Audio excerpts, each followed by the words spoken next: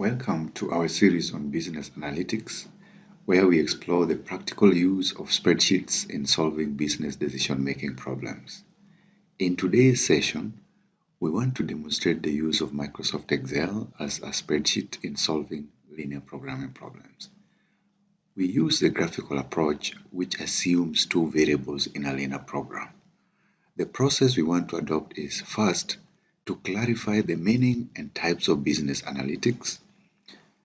We then follow this up with an illustration of a linear programming problem and how to formulate such problems algebraically. Thirdly, we demonstrate how the algebraic formulation of linear programming can be translated into a spreadsheet. Lastly, we apply the graphical approach in the solution to an LP problem. Through this tutorial, we want to emphasize that you can use the tools that you already have in your computer to carry out business analytics. We zero in on Microsoft Excel as an example of a spreadsheet model that is widely available and can be used for solving some of the problems that fall under the banner of business analytics. We have divided the presentation in two parts. The first part presents a few slides on the background of the linear programming approach using the graphical method. These are a few slides that give this background. And then the second part of the demonstration presents the spreadsheet solution using Microsoft Excel. Let us start by first looking at what business analytics is. A common definition that you find is that business analytics is a scientific process of transforming data into insight for making better decisions. So business analytics really is focused on how to make decisions better. Now, if you look at that definition, especially when you look at the meaning of the scientific process, especially when you look at this, when you look at the definition of business analytics,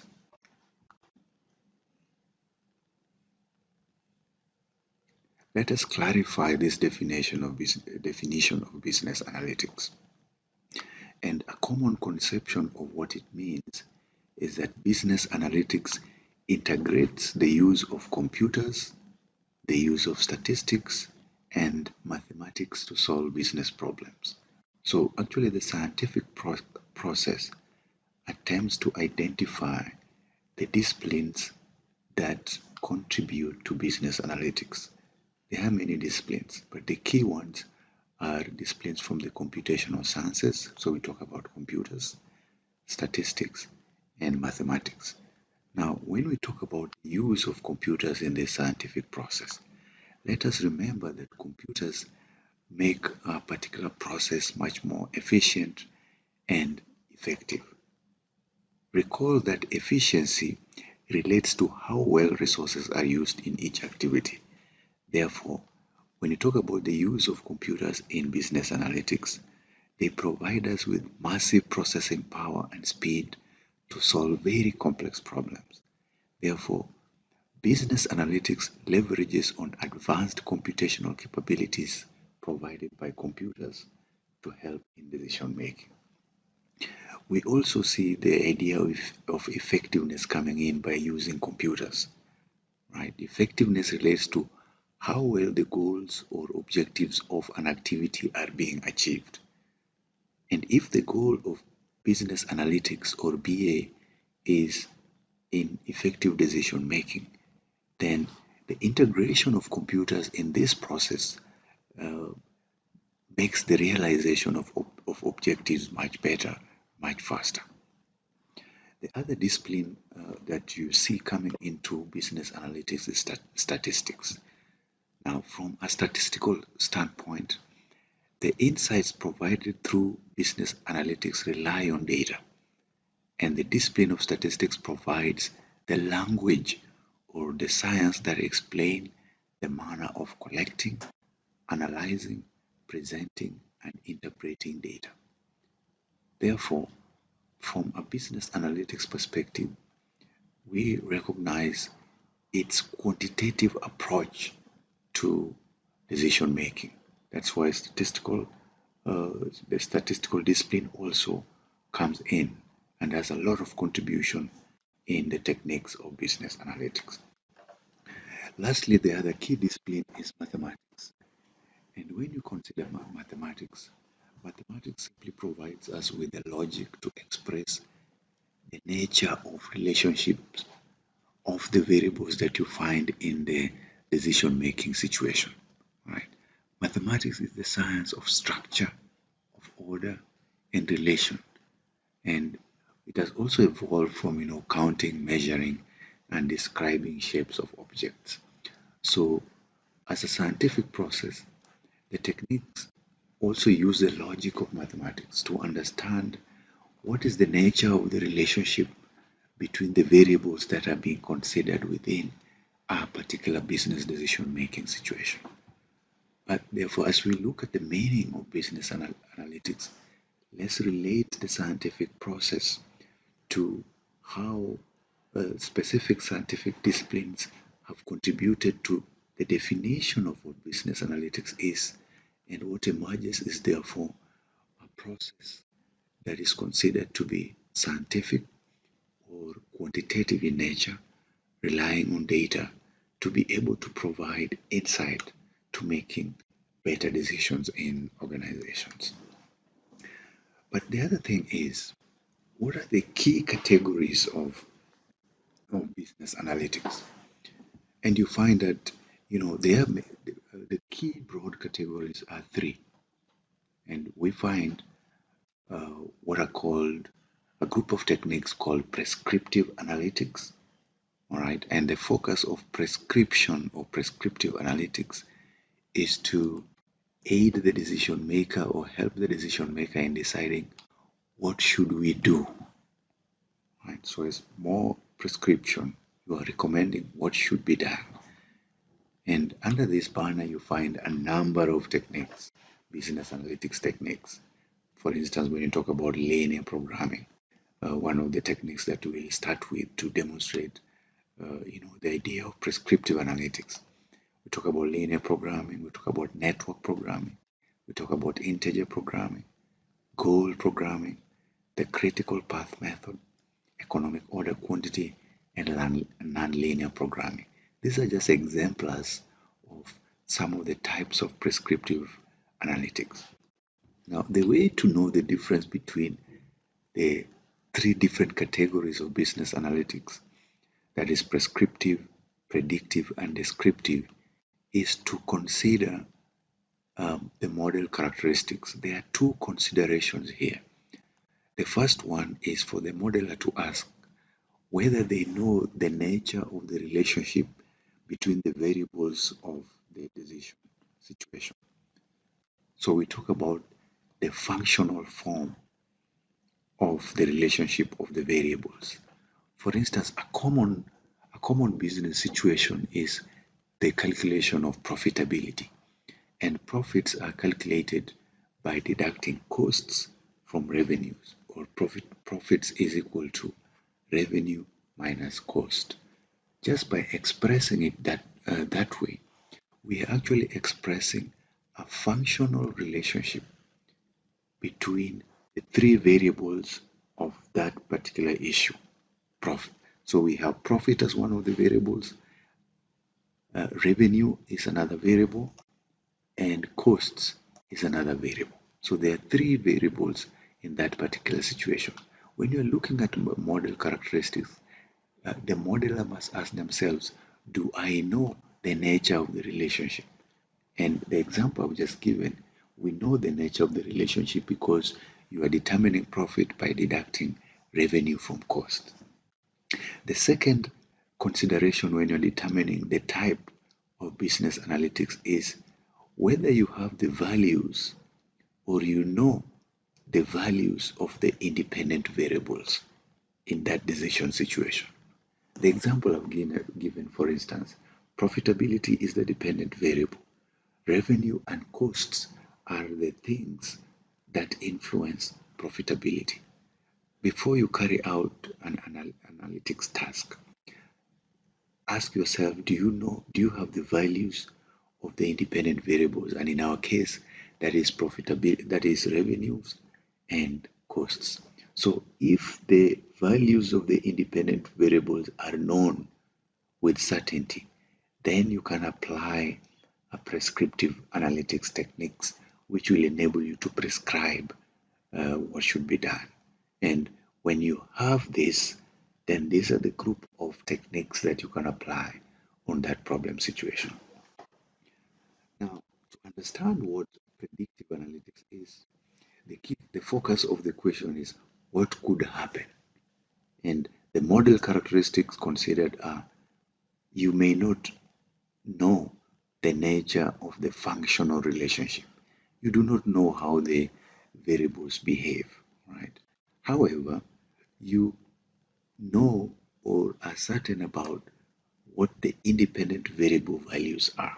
So, unlike the prescriptive situation where you know both, for you to apply predictive analytics, you are focused on knowledge of independent variable values, but you may not know the nature of the relationship.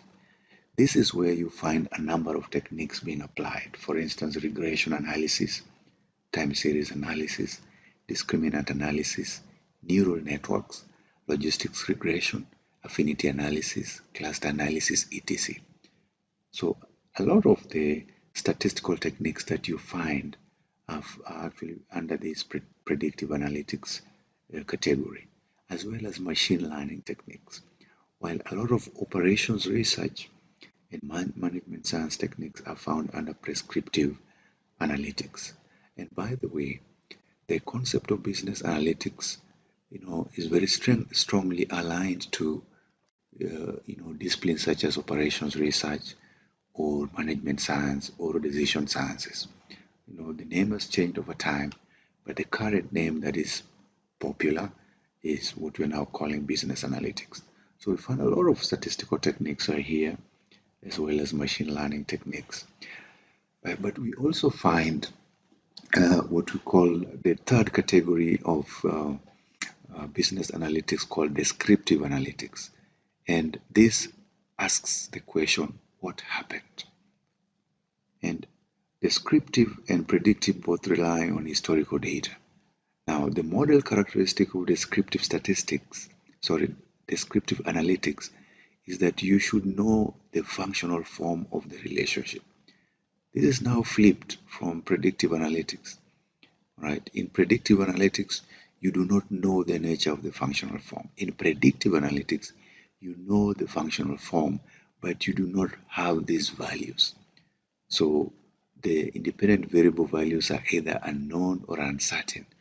And that's why you find the common techniques that you find here are either simulating a situation so that you're able to establish the functional form, or you using, for instance, queuing theory or queuing models. The PERT are mostly used in project management, as well as some forms of inventory analysis, inventory management, because you may also find inventory methods here under prescriptive analytics. But there are also situations where, especially when you do not know the independent variable values, where you can apply inventory models, and they are classified under descriptive analytics as well. So it depends on these the two considerations that determine where each of these techniques fall. So throughout these presentations, we look at each of the different types of business analytics techniques under the broad categories. And in today's session, we'll be focusing on linear programming, and specifically looking at the graphical method in solving linear programming problems. In the next slide, we therefore move to illustrate one of the, we start the process of looking at the linear programming problem. A common example of a linear programming problem is what is called the product mix. problem, or the production mix problem. So we therefore start the application of business analytic techniques by considering a product mix or a production mix problem that we can then use, then apply linear programming as one of the prescriptive techniques in solving this product mix problem. Now, to explain the production problem, let us remember that one of the key concerns of a company or a business entity is to determine the product mix. In other words, what quantities of each product should we produce? Typically, you'll find a company has more than one product. There are companies with one product, but most companies have more than one product. And therefore, they are focused on determining what is the quantities of products that they should produce. Right? The product mix is therefore the combination of products and or services that the company should produce or provide with the goal typically of maximizing their profits. So obviously the company produces products to maximize profit or sometimes to minimize costs.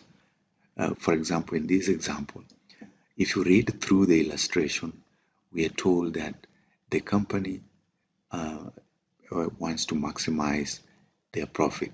You're given details about the profits of $350 per each product that they are producing, and we are told they are producing two products, the Aquaspa and the Hydrolax. They sell the Aquaspa at a unit profit of $350 and the Hydrolax at a unit profit of $300. Now, for them to produce this profit, we are also told that there are certain constraints. You know that constraints must be there in organizations or in normal decision-making situations because we are faced with limited resources. For example, a company does not have all or cannot afford all the employees that they want. Therefore, they have limited budgets or they have limited materials, etc. So the goal of profit maximization is limited by certain constraints, and these are provided as part of the problem. Right, so let's remember that each of these products, therefore, or services usually requires different quantities of raw materials or labor or equipment and other resources that the products may need. So those constraints are provided. The varying quantities are considered as the independent variables that influence the goal, i.e. to maximize profit. For instance, in our situation, the company needs to determine what are the quantities of the first product, Aquaspa, and the quantities of the second product, Hydrolax, that they can produce in order to maximize profit. They don't know these quantities. These are the variables, the independent variables that they need to determine in order to maximize their profits. Therefore, each of the products or services will also generate varying amounts of profit, and therefore profitability, as I had indicated earlier, is the dependent variable. Now, the decision maker involved in determining the optimal product or service mix must decide on the quantity of each product or service that can realize maximum profit or satisfy demand at the lowest costs. In our case, in this particular illustration, we want to maximize our profit. This is given in the last question there. That the question is, how many Aquaspas and Hydrolaxes should Howie produce if he wants to maximize his profits during the next production cycle? In the next slide, we go through the process of how to formulate this problem as an LP formulation or a linear programming formulation problem algebraically first, and then translate this into a spreadsheet. This next slide summarizes the same A linear programming products mix problem into a mathematical formulation, into an algebraic formulation. We have captured the same information but mathematical, because we need to remember, for any business analytics technique to be applied, your problem must be translated into mathematical form. If we are applying a linear programming technique, then you need to change the problem into a linear programming formulation. And this is the format that it normally takes. The process of translating the problem into a mathematical form is what is referred to as analytics framing or analytic framing.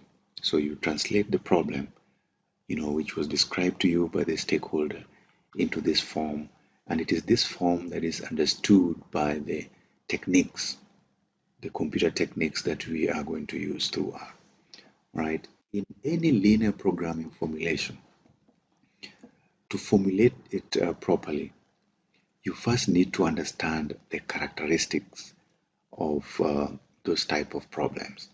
And linear programming problems fall under a group of problems, a group of models called optimization models. And in optimization models, your intention is either to maximize a particular value. For instance, in this case, they want to maximize profits, or they want to minimize a particular value, which could be, in a company situation, they typically want to minimize the costs, for instance, costs of operations. So you need to understand the characteristics of optimization models, and the three key considerations are to understand what are the decision variables for your problem, what is the objective function, what is your objective, and what are the constraints that will influence that particular objective function. So we talk about three elements that are characteristic of the nature of LP problems: decision variables, constraints, and the objective function. Therefore, to formulate LP problems, you first need to understand these characteristics. For example, in the previous data regarding the problem that we want to investigate, we know that the objective is to maximize profit, and we were told that each unit of the first product, aquaspar, let us give it a label X. So X represent aquaspar and Y represent the second product, which is the hydrolax. You can use whatever labeling symbols that are convenient for you, right? This could be X1, this could be X2, this could be W and Z, your choice, right? But we have selected to use X and Y. Recall, we want to use the graphical approach, so we are adopting X and Y so that we know that the Y axis will represent these products and the X axis will represent the aquaspar. So the objective function is denoted in this format: 350, where 350 is a unit profit for manufacturing a unit of aquaspar, and $300 unit profit for manufacturing a unit of Y. And we were further told that during the process of manufacturing this, these are the constraints that the company will face. We were told that the company is faced with a constraint of they only have 200 pumps available. In the problem description, we were told that each product, each hot tub that they manufacture requires 1 pump each. So the total number of products manufactured should not use more than these 200 pumps, right? So the maximum number of pumps available as a resource constraint is 200, and we are told that each product requires a unit each. This is the expression given here, or the equation given here: 1x plus 1y should be less than or equal to 200. Now, the this side is called the left-hand side of the constraint. All right, and the left-hand side of the constraint contains the coefficients of, let me just repeat that. The data for the model consists of the coefficients in the objective function we have there, and the various coefficients in the left-hand side. So for the constraints that are shown here, these are the left-hand side values, which captures the constraint, capturing the unit. For example, in this first equation, 1x simply shows that for each unit of x that is produced, require 1 pump, and then it should not exceed 200. That is the same explanation adopted for these other constraints, right? We have the labor constraint, and we are told the company has a maximum of 1,566 hours, and that each product of the aqueous power product requires 9 hours, while each product of the hydrolux product requires 6 hours each, and that the total, the summation of all the hours used in producing the products should not go above 1,500, 600 labor hours. Right? So again, this is the capacity constraint in terms of labor, and this is the right-hand side value, while the coefficients will form the coefficient and the decision variables will form the left-hand side values of the labor constraint. And it is the same with the tubing constraint, where we are told that 12 feet of tubing is required for the manufacture of 1 unit of X, while 16 feet of tubing is required for the manufacture of 1 unit of Y, and that we should not use a total of 2,880 feet of tubing. So these are the 3 constraints that affect the goal, which is profitability.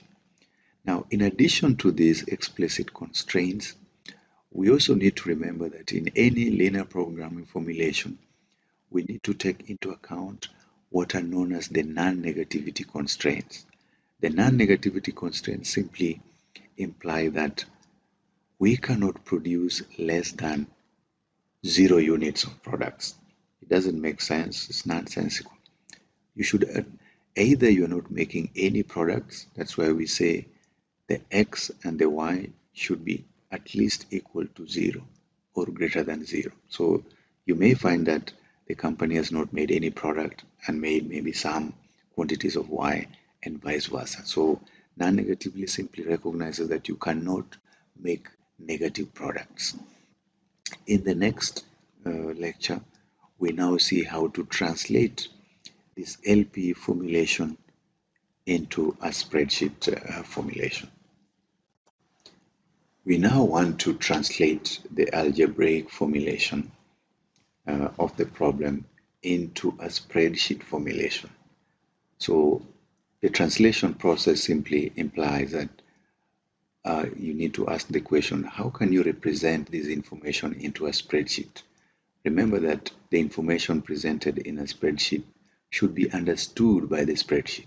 So the way it appears as an algebraic formulation may be different from the way it appears as a spreadsheet formulation, as you can see in this example.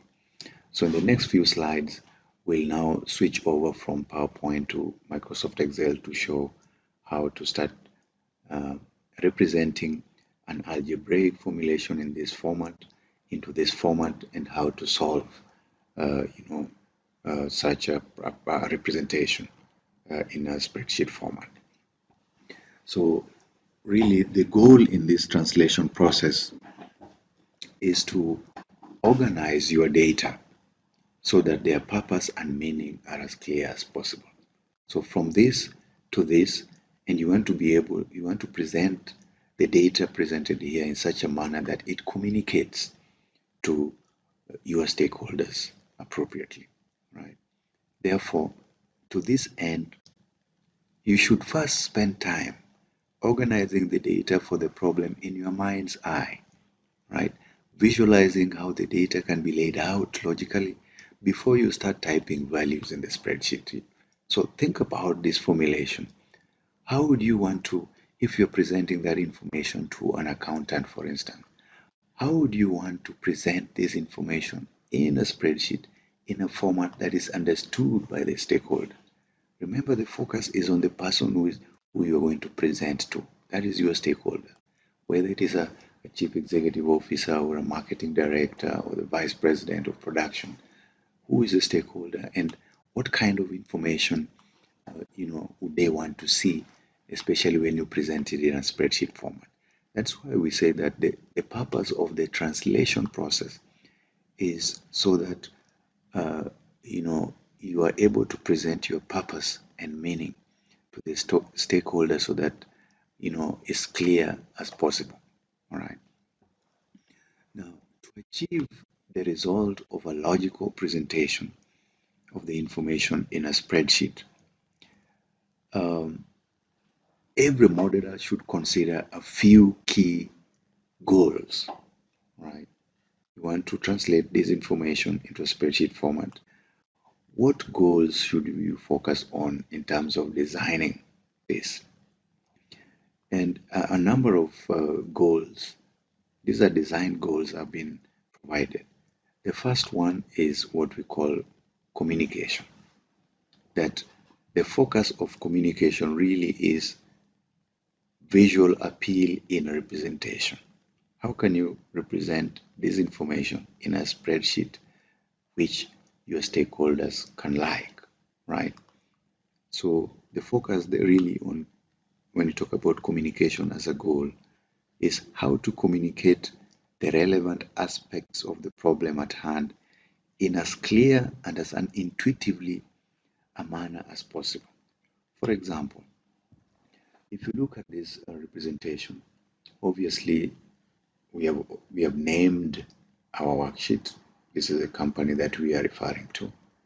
And recall that we were focused on maximizing profit and we represented it by using X and Y, all right? And those are our product values there. So we have highlighted the range where we want the units of X and the units of Y to be represented. And we have also captured the coefficients of the profit function just below it.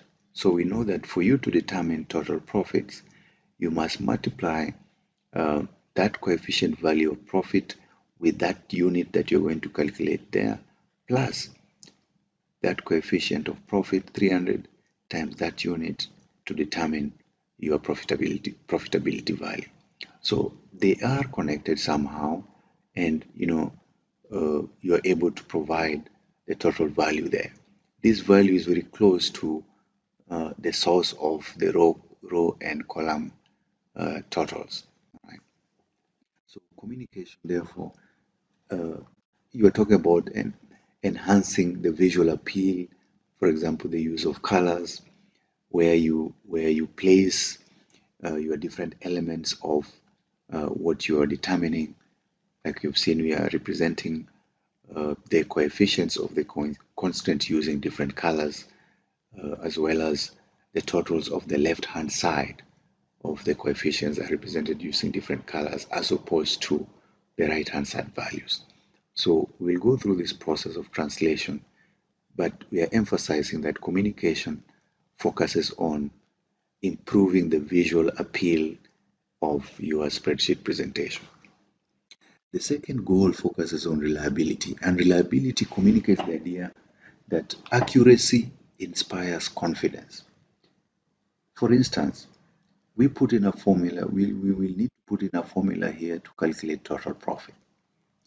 And in total profit, we'll be multiplying 350 times that cell and 300 times that cell to get total profit. Now, you want that the formula that is here is accurately calculating what the actual profit is. Otherwise, we have spreadsheets that have very many formulas, and you want all those formulas to calculate the right amount. So if the model is not reliable, is not giving you accurate figures, for instance, then it does not inspire confidence. from your stakeholders. So when you talk about reliability, the goal of reliability emphasizes the accuracy of the model as a representation of the situation being investigated.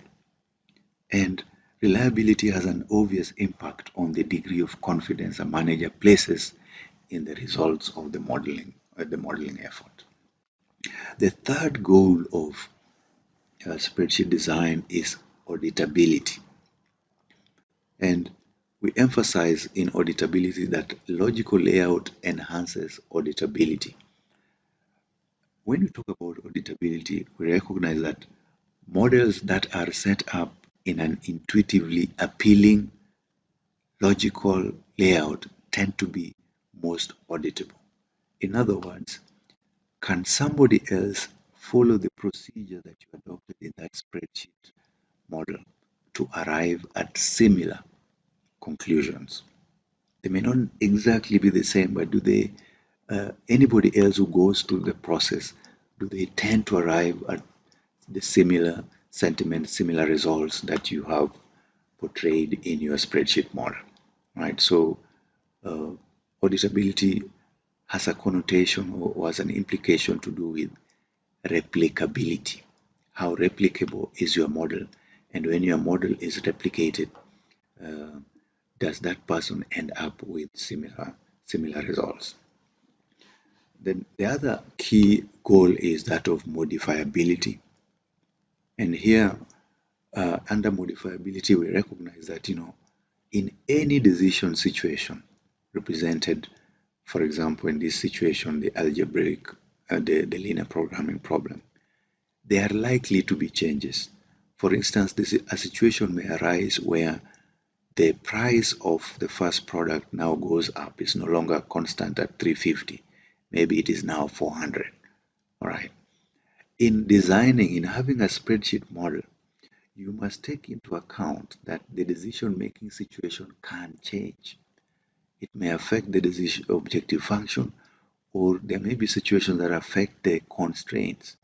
For instance, we may now have 400 pumps available. When that happens, what effort is required to change the model? That is the question.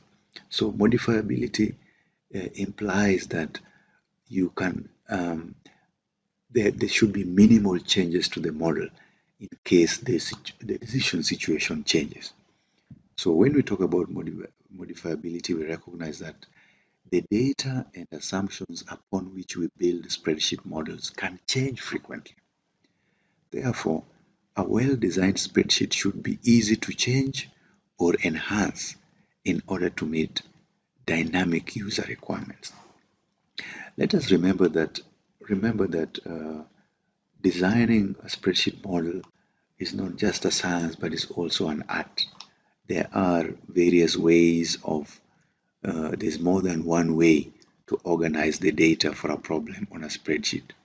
But you should keep in mind, you know, those goals of spreadsheet design so that you come up with a spreadsheet model that is acceptable or that is valid in the eyes of your stakeholder. The other slide will now show how to solve. So you will need to get into spreadsheet design, come up with a design such as this, which helps you to organize your data, right? So for example, we have now transferred the coefficient values into a spreadsheet model, uh, starting with the objective function, right? We have captured the coefficients related to the objective function under that cell for unit profits and that second cell, and we have also set aside cells for calculating the unit quantities of each of the products for Aquaspar at that cell and for Hydrolaxes at that cell. Directly below, and there's a logical relation. Remember that when you're determining the constraints are linked to the decision variables. The decision variable cells are up there. We have aligned them so that as we determine the pump constraint, we have captured the coefficients similar to how we capture the profit coefficients. we have captured the constant coefficient immediately under the decision variables, right? So that there's a logic in terms of the relationship between the different cells that you find in this spreadsheet. Therefore, as you design the spreadsheet formulation, you need to remember to organize the data, then build the model around the data. So we have transferred the coefficient values into a spreadsheet model of this format, and we'll see a practical application. And there should be some logic in how they are related. So organize the data, then build the model around the data. The second key thing we need to consider in the design is that we should not embed numeric constants in formulas. For example, when we are determining total profit here, we will see that we don't use the actual values, rather we use the cell reference for where this value is. So that is what we mean when we talk about not to embed numeric constant, but rather when you are inputting functions and formulas, you rather use cell references. So where $300 is, use the cell reference for that location in the formula. We'll do a similar case when we are inputting formulas for calculating the left-hand side values. The left-hand side values determine what the actual resources used. Remember, the right-hand side values give you what is available. The first constraint tells us 200 pumps are available. It does not mean that the optimal solution will use all the 200 pumps. That's not what happens in reality. So this column of the left-hand side values will determine what is the actual resources of each of these constraints that are used, even though we have a capacity constraint given the right-hand side. And therefore, this calculation is necessary because we are told what is used can be less than or equal to the actual capacity constraints. All right, so we will see how to input formulas here. We are not going to embed numeric constants in formulas in that place and in that place. And, as I've indicated, things which are logically related, e.g. the left-hand side and the right-hand side, values and constants should be arranged in close proximity to each other so that when you want to determine that value, you know that you are referring to that cell as you multiply with the unit, and then you're referring to that cell as you multiply with that unit to determine what is actually there. Right? So things which are logically related should be arranged in close proximity to one another. And as I've indicated, a design that results in formulas that can be copied is actually better than one that does not. So given that you're going to input formulas in each of these cells, once you have set up a formula here, can you copy it? Copying is better because sometimes you have a spreadsheet that is very big. Here we're only talking about 3 constraints that are captured here. In some situations, there are thousands of constraints. Think about a situation where you are manufacturing an aeroplane. An aeroplane has thousands, probably hundreds of thousands of constraints in the manufacture of a single unit of an aeroplane. So if you have constraint, if you are inputting a formula which can be copied, it is therefore better because we know that to take care of modifiability when there are changes in requirements, you don't want to change hundreds of thousands of rows, but rather maybe one point and then copy. In the next slide, we are going to show a sample of the approach, a sample of the steps required for determining the graphical approach practically. Remember that we want to solve this problem graphically. So just to remind you, our intention is to use the graphical approach of linear programming.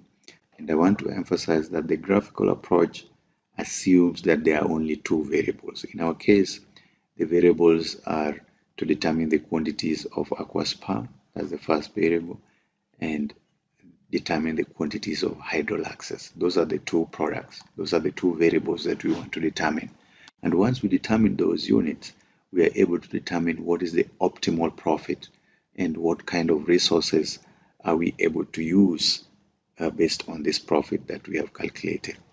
So in determining the graphical solution to an LP problem, the first thing that you need to do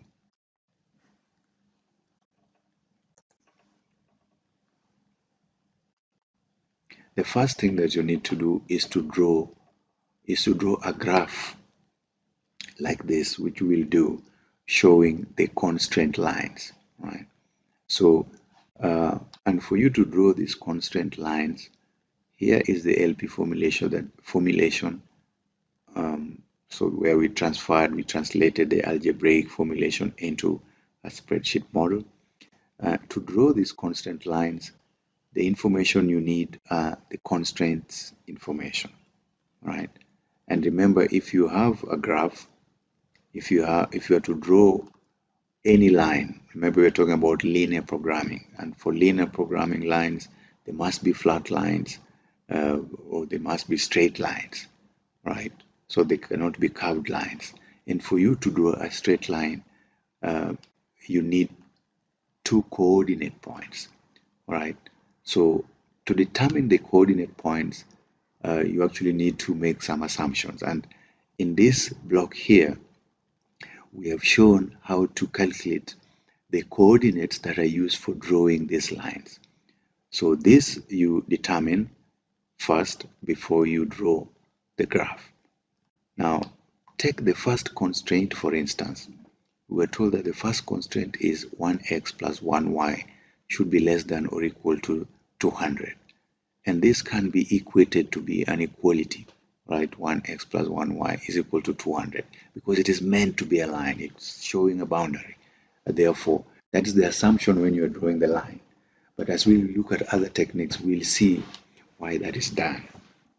So if you are given such an expression or such an equation, to determine two coordinate points, you must first make an assumption.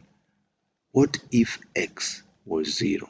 This is the point here. When x is 0 and you substitute the value of 0 there, what is y? When x is 0, then you can see that y will be 200 minus 0, which is equal to 200.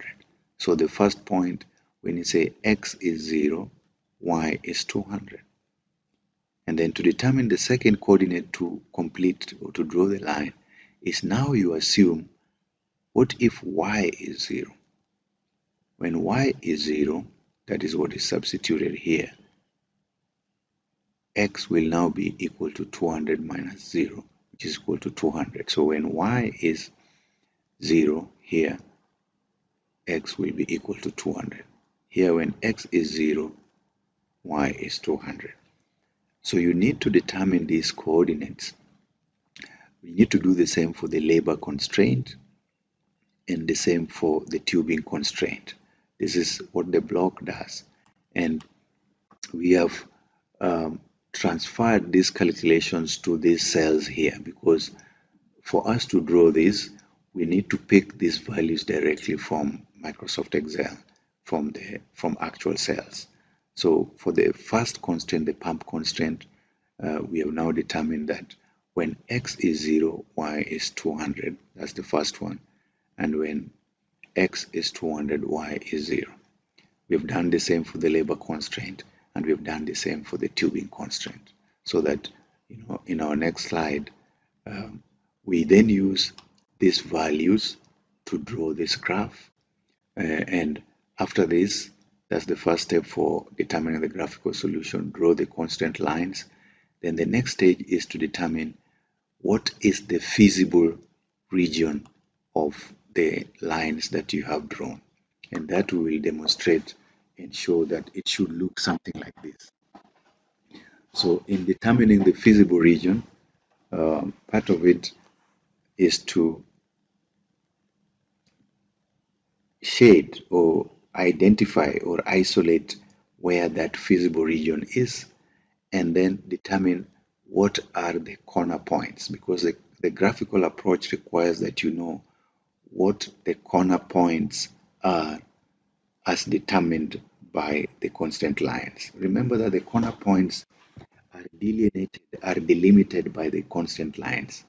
Where they intersect, determine those particular corner points, and where they intersect also includes the non-negativity constraints. Remember that if we say non-negativity constraint should be more than or greater than 0, then that condition refers to the boundary of the axis. So that is the y-axis and that is the 0 line.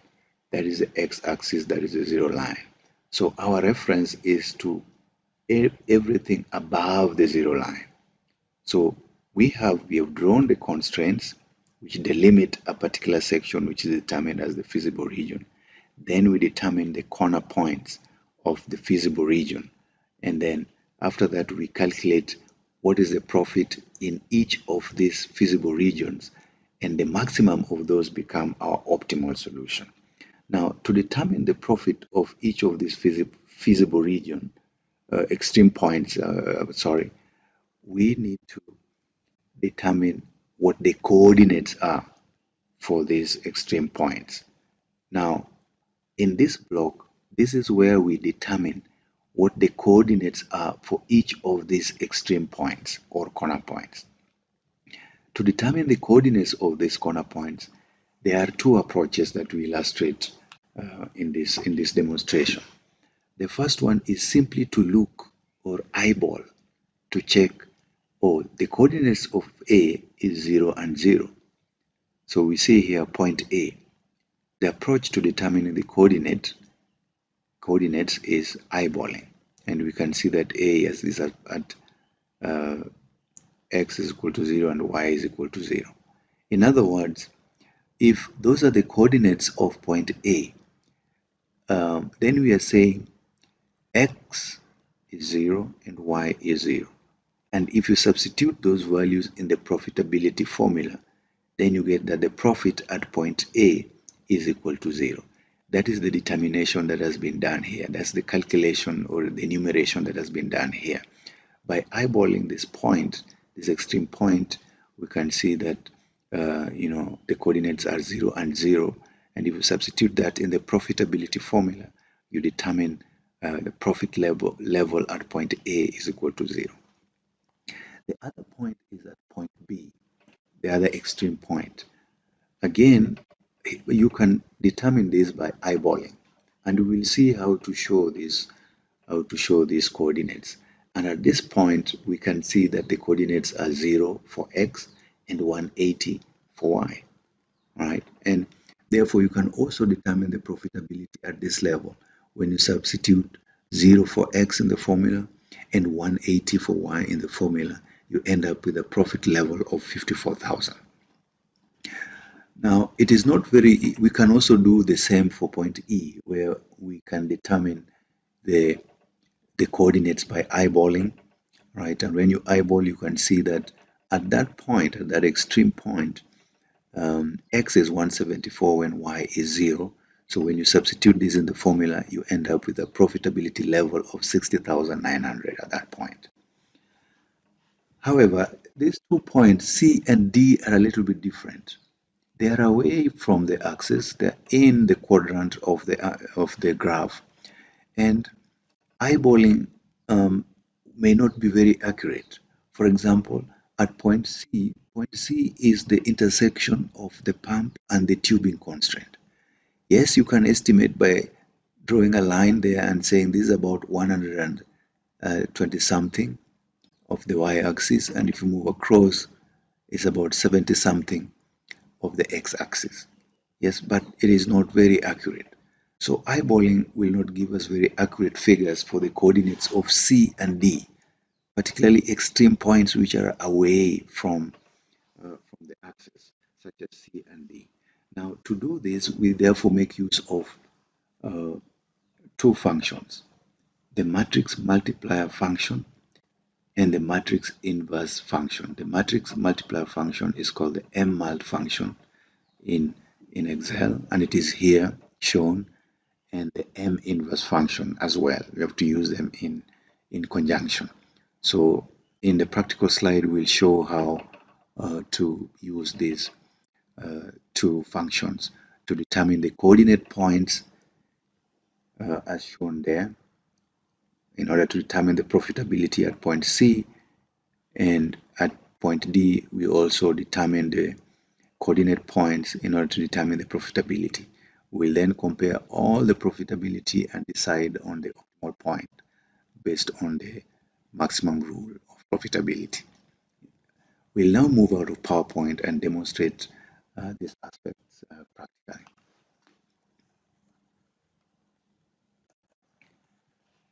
Turning to the Microsoft Excel demonstration, here we show the presentation of the algebraic formulation into spreadsheet format, which we had explained from the previous slide. Right, so we have reserved a cell for the quantities of products to be made. We have reserved a cell for the calculation of profits. We have captured the coefficients of the profitability function. We have captured the coefficients of the constraints. We have reserved cells for the calculation of left-hand side values. We have reserved cells for available capacity. Now, in the previous slide, we have also demonstrated how to calculate the coordinates, where we indicated when x for the first pump constraint, when x is 0, y is 200, while when y is 200, x is 0. Sorry, this was not transferred. All right, so these are the coordinates that we determined from the previous slide. So the first step in solving a linear programming problem is to draw the constraint of graphs, right? We want to show the lines of the constraints as had been shown in the previous slide. And to do that, what you need to do is, first of all, starting with the first constraint, highlight the cell range where all the coordinates are found, just as I have done. Then go to Insert, look for where the chart option is, right? And we have Insert, Charts is right here. Click on this small downward pointing arrow and then select this option, Scatter with straight lines and markers. You need to pick the Scatter with straight lines and markers because you are drawing a straight line graph. Remember, it's about linear programming, therefore the relationship is linear in nature and is represented as a straight line. So if you click on OK, then that first constraint graph will be represented as shown. And you can make changes to the chart as you so wish. For instance, if you want to change the chart title, you can make changes there by just deleting what comes there by default. Let's change that to Blue Ridge Hot Tabs as the name of our company. So that is really, just to make it communicate that this chart will be for this particular company. That is our line. Now, after drawing the first constraint by selecting the range of coordinates from there, you need to confirm that the way Microsoft Excel has picked that data is the correct format. Because we know, based on our formulation, that we want to call the Aquaspar products as X, while the Hydrolaxes as Y. So the data series must be correctly captured. And to do that, first of all, just click anywhere on the graph. And then to determine if the data series is correct, let me just move this up so that you can see the graph in its entirety. Click on the chart anywhere and then right click and then click on Select Data.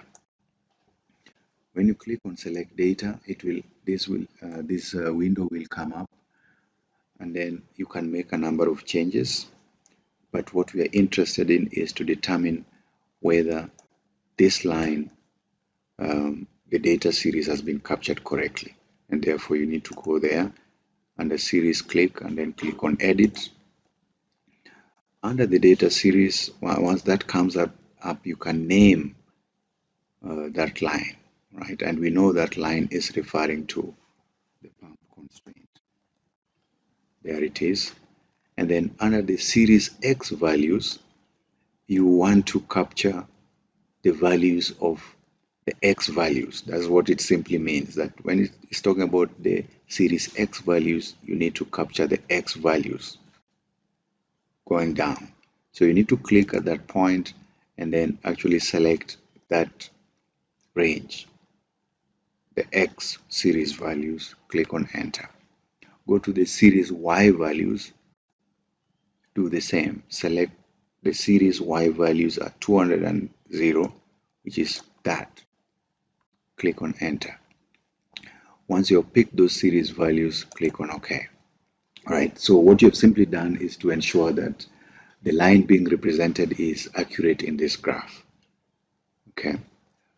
While you are still in this pop-up window, you can add the labor constraint and the tubing constraint.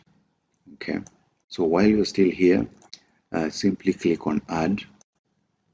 This will come up. We want to add the labor constraint, so just give it a series name. Let's call it labor. And then under series X values, we do the same as what we did with the previous constraint. Click on that point and then pick the series X values, 0.74, enter. And then now we want to pick the series Y values, but first let us delete what is here. Click on that point, select the series Y values, click on enter. You have now added the labor constraint. Click on OK. Once you click on OK, then the labor constraint line will be added automatically. And you can see Excel is giving them different colors. So these lines are already bounding the feasibility region, right? Feasibility region. Let's add the third constraint. Click on add. We now want to add the tubing constraint. Let's give it that name, tubing. Add the series X values as we had done previously. Select the series X values, enter. Delete what is there first, and then add the series Y values, and then enter. Immediately, it then adds the tubing constraint, further constraining the feasibility regions, pushed it down now, right? And if you click on OK, we now have those three constraints added. And if you click on OK, you have your constraints graph showing the three main constraints. Of course, you know that the x-axis and the y-axis delimit the non-negativity constraints.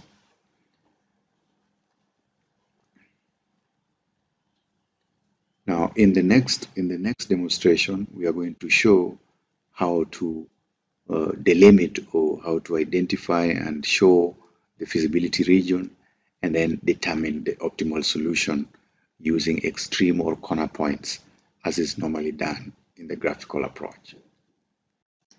Having drawn the constraint lines, what we now want to do is to establish the feasibility region and then determine the coordinates of the extreme points in order to calculate profitability at each of those points. We have already explained this, so I'm just showing this so that you know what you want to achieve.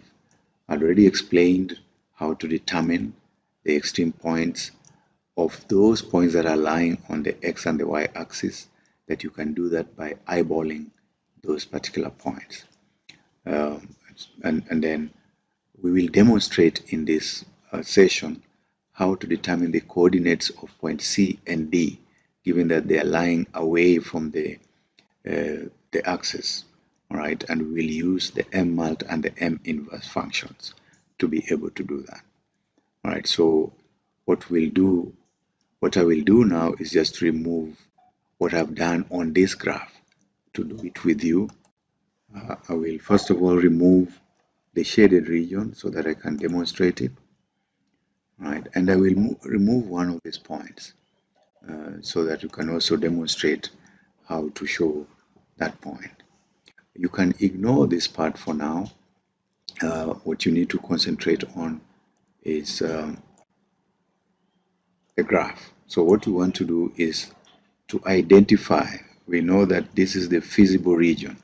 Remember that the kind of equations that we have are less than or equal to, they are less than or equal to equations, right? For example, we know that 1x plus 1y should be less than or equal to 200. That is the pump constraint. The pump constraint is given by the blue line shown. All right. So to determine the feasibility region delimited by the pump constraint, let us pick any point. Let's pick a point such as that point there. That point there has the coordinates 150x and 150y. Right? And to determine if this point is in the feasibility region, substitute those values 150x and 150y into the constraint. 1x plus 1y should be less than or equal to 200. Now, if x is 150 plus 150, that is definitely more than 200. 150 plus 150 is 300. So at that point, the constant value is 300. It is out of the range of the 200 value. So we can therefore tell that any point on the right side of the constraint line is outside the feasibility region. What about if you take a point such as that point? That point has the coordinates 50 and for x and 100 for y. If you substitute it in the constraint formula for the pump constraint, we have 50 for x, so 50 plus 100 is less than 200, right? So that point is at 150, which is definitely below 200. So it identifies the feasibility region as this point. You can do the same for the other constraints, and you will determine that the feasibility region is bounded by this line, that's the tubing line. Then at that point, it is further constrained by the pump constraint, the blue line. Then at point D, it is forced down further by the labor constraint, the orange line. And then the other boundary is the x-axis and the y-axis. So we need to shade that region, and you can shade that region by making use of the shapes that you find in Excel. For example, if you go to Insert, I believe, let's go to Insert, Shapes, and then if you look at this region, this feasibility region, it almost looks like a right triangle, and therefore we can make use of a right triangle to delineate or to select that section. Go to Shapes, and we have a right triangle right there. Then once you've picked the right triangle, come to your the point where you want to start shading this region. Click on it, hold down the mouse key, drag it down along the line. Try as much as possible to be along the line. Don't go beyond. Sometimes you could, but you can correct it. And that is the first step. So we have captured that first step of covering as much as possible the shaded region. But there's still a section here that we need to cover. Therefore we can improve this by editing that section. once it is highlighted and you go to edit shape and then select edit points, it will then highlight the specific points of this shape you put here. If you go to the edge, you can click and hold down and move it towards as much as possible to the line where you want it to be, right, to cover the shaded region. And this is just for demonstration purposes. So we have now shaded our feasibility region, right? You can label it. Again, you can still make use of the shapes that are available within Microsoft Excel. Let me use the rectangle with rounded corners. Click on it, bring it there, right click, edit text, and just type in feasibility region. Okay, and you can make it look as good as you want it to look. And so we have shaded it. The next point is we indicated that we need to calculate profitability at each of the extreme points. Point A, point B is there showing 0, 180 coordinates. Point C is at that point, right? We have just put it above the point where the tubing constraint intersects the pump constraint, while point D is right there where the labor constraint intersects with the pump constraint. So these labels, again, you just use shapes. If you pick circle, click there and then give them a label. For example, if I want to put a label there, go back to shapes, or just copy one of these that you have put there, and then if you paste, it will appear somewhere. Just move it wherever you want it to be. So we want to label that point B, and then put point B. So remember, we inserted these labels by using shapes, the same way we have shaded this region. So we have now labeled the points, right? And we have determined the coordinates for some points by eyeballing them. Point A, B, and E, we have determined their coordinates. Point A is 0, 0, and we have determined the profit there. Point B, we have determined the coordinates, and we have determined the profit there. Point E, we have done the same by eyeballing and determine the profitability. We need to determine the coordinates of point C and point D by using the two functions mmult and minverse functions. And for us to do that,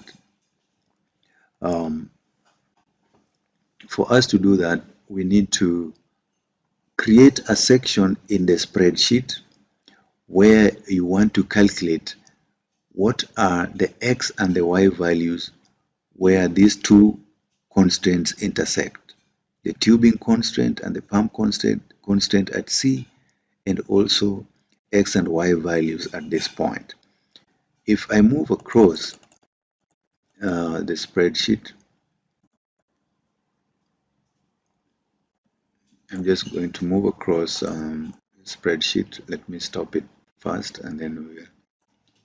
Right, so we have now determined our feasibility region. We now want to determine the coordinates of C and D so that we calculate the profitability at those extreme points.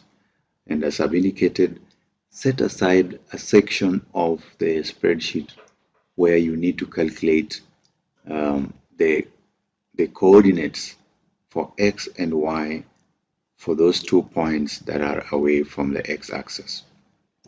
And for you to do that, just set a section aside. Remember, what you need to use the mmult and the minverse functions is to use the coefficients of the constraints that are intersecting at those points. At point C, we have the pump constraint with the coefficients 1, 1, and the right-hand side value of 200. And for the tubing constraint, which has the coefficients 12 and 16 with capacity of 2,880. At point D, these are the two constraints that are intersecting with their coefficients and right-hand side values, both pump and labor. at point D. So what requires to be determined is what is the value of x and y? What are the coordinates for x and y at that point? And it is these values that you then use to calculate profitability. So first of all, let me delete what is showing there so that we do it all together. So when you start,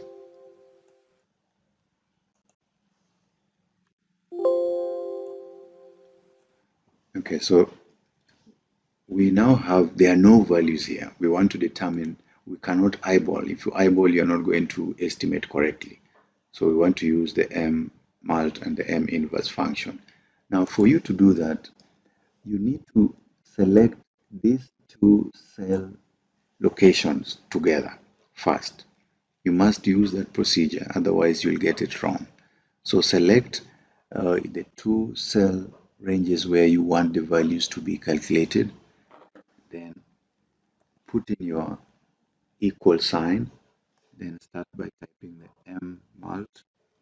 Once it appears, you can click on it, and then the second part of the syntax is M inverse.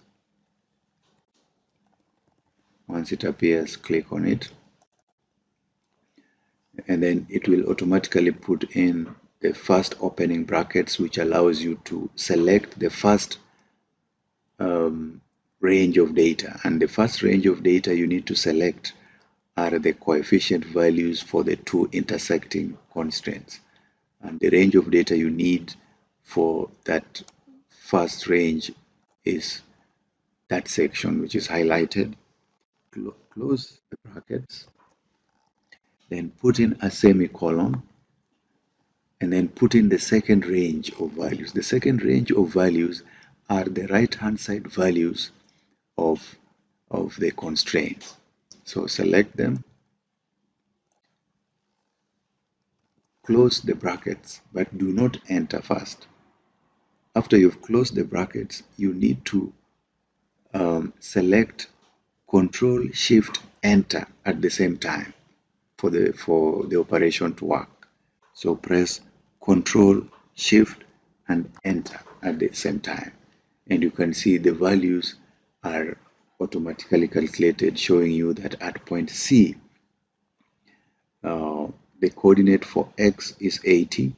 At that point, x will be 80, and if you eyeball, it is somewhere there.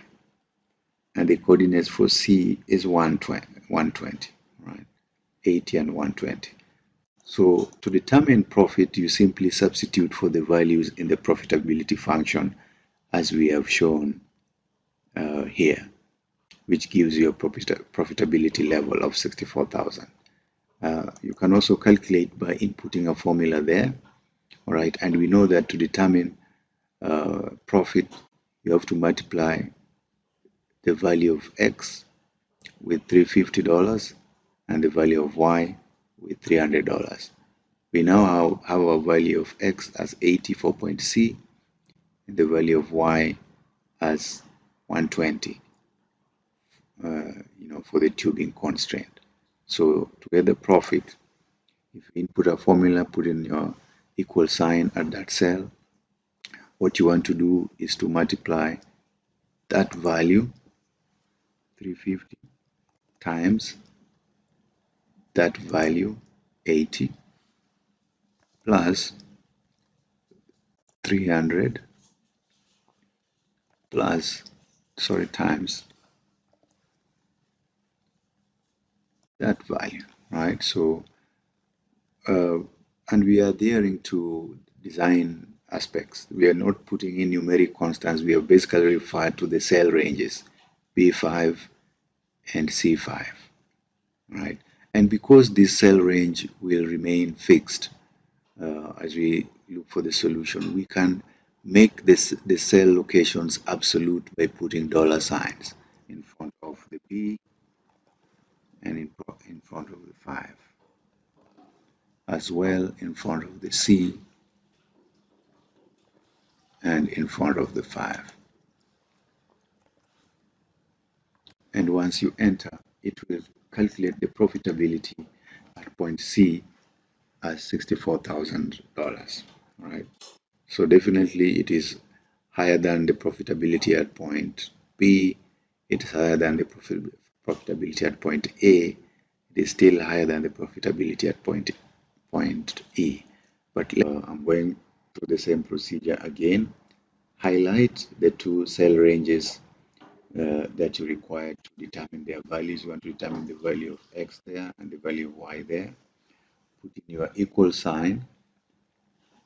Then the mul function is coming up. You can click on it. The second part is the M inverse function. Click on it. Then after the open brackets, the coefficient values required for pump and labor are there. Select them. Close the brackets. Put in a semicolon. And then the second range required, the right hand side values, select them. Close the brackets. Before you hit enter, press Ctrl Shift enter at the same time, and then the values will be calculated. And here it is shown that the X value at point D is 122, while the Y value at point D is 78, right? And you can determine profitability the same way that you did, in determining the profitability at point C. If we copy the formula there from point C to point D, it shows us now that the profitability at point D is $66,100. All right. Now, if you look at the M inverse function, it gives you the syntax. The outer curly brackets are actually put by Microsoft Excel. So what you put in are from the equal sign all the way up to that close brackets just after the S10. The outer ones are actually put automatically by Excel, so you don't put those outer ones in your formulation. So by using Microsoft Excel, we have been able to formulate a linear programming problem, a product mix linear programming problem, which we have solved graphically by drawing the constraint lines, determining the feasibility region, determining the profitability at extreme points. And we are now able to tell that the optimal point is the point where the company produces 122 units of Aquaspa and 78 units of Hydrolax. So point D, in this particular problem, our interest was to determine what is the optimality point. Point D is therefore the point of optimality, which identifies the maximum profit. Out of the 5 extreme points, the maximum profit is $66,100. And this is the approach to employ when you want to solve an LP problem graphically. Thank you.